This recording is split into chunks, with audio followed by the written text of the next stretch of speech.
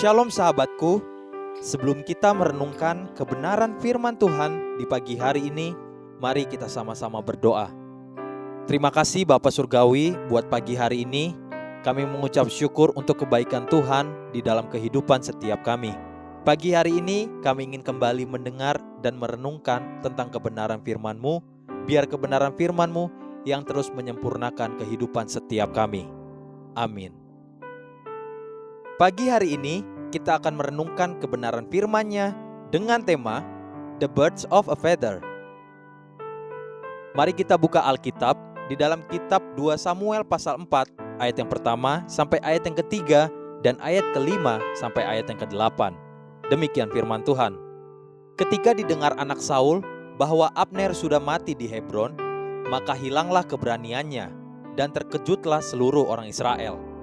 Anak Saul mempunyai 2 orang sebagai kepala gerombolan, yang satu bernama Baana dan yang kedua bernama Rekhab. Keduanya anak Rimon, orang Benyamin dari Beerot. Sebab Beerot pun terhitung daerah Benyamin. Orang Beerot sudah melarikan diri ke Gitaim dan menjadi pendatang di sana sampai sekarang.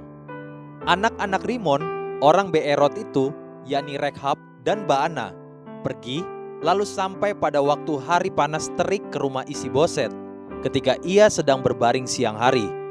Mereka masuk ke dalam rumah itu ketika Isi-Boset sedang berbaring di atas tempat tidurnya di dalam kamar tidurnya, membunuh dia lalu memenggal kepalanya.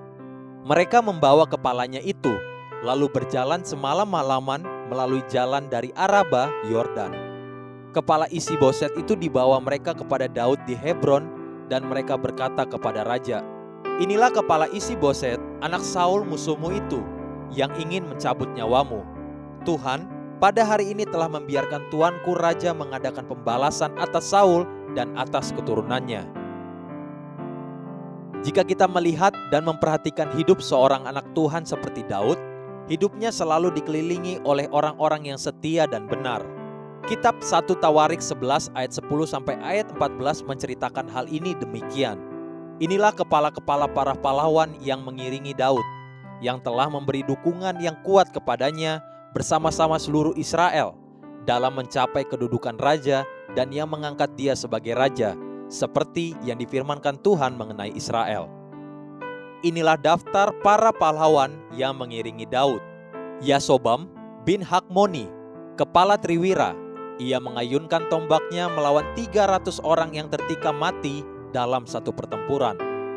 Dan sesudah dia, Eleazar anak Dodo, orang Ahohi itu, ia termasuk ketiga pahlawan itu. Ia ada bersama-sama Daud di Pas-Damim ketika orang Filistin berkumpul di sana untuk berperang. Ada sebidang tanah ladang penuh jelai di sana ketika tentara melarikan diri dari hadapan orang Filistin. Maka berdirilah mereka di tengah-tengah ladang itu. Mereka dapat mempertahankannya dan memukul kalah orang Filistin. Demikianlah diberikan Tuhan kemenangan yang besar. Jadi kemenangan demi kemenangan yang ada pada Daud itu juga disebabkan karena dia dikelilingi oleh orang-orang yang benar dan setia. Sebaliknya, Isi-Boset anak Saul sama seperti Saul bapaknya. Bagi Isi-Boset berbeda dengan Daud yang dikelilingi oleh para pahlawan yang gagah perkasa. Bagi Isi-Boset, 2 Samuel pasal 4 ayat 2a berkata, anak Saul mempunyai 2 orang sebagai kepala gerombolan, yang satu bernama Baana dan yang kedua bernama Rekhab. Keduanya anak Rimon, orang Benyamin dari Beerot. Isi-Boset justru dipagari oleh 2 kepala gerombolan, 2 kepala gangsters. Akibatnya, justru kedua kepala gerombolan itulah pada saat terjepit, merekalah justru yang akhirnya menjadi jerat dan membunuh Isi-Boset, anak Saul. Pelajaran sederhana pagi ini. Perhatikan siapa teman-teman dan sahabat yang dengannya engkau bergaul. Sebab seperti itulah karaktermu akan bertumbuh.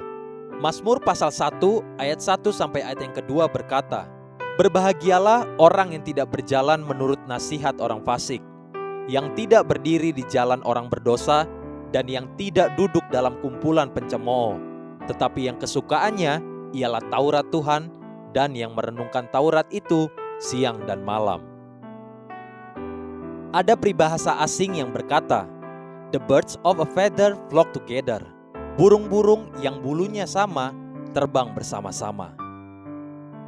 Haleluya, sahabatku, mari kita sama-sama berdoa. Tuhan, terima kasih. Berikan aku sahabat-sahabat yang benar dan setia, yang takut akan Tuhan, agar aku hidup berkenan di hadapan-Mu. Amin. Jesus loves you, and so do I.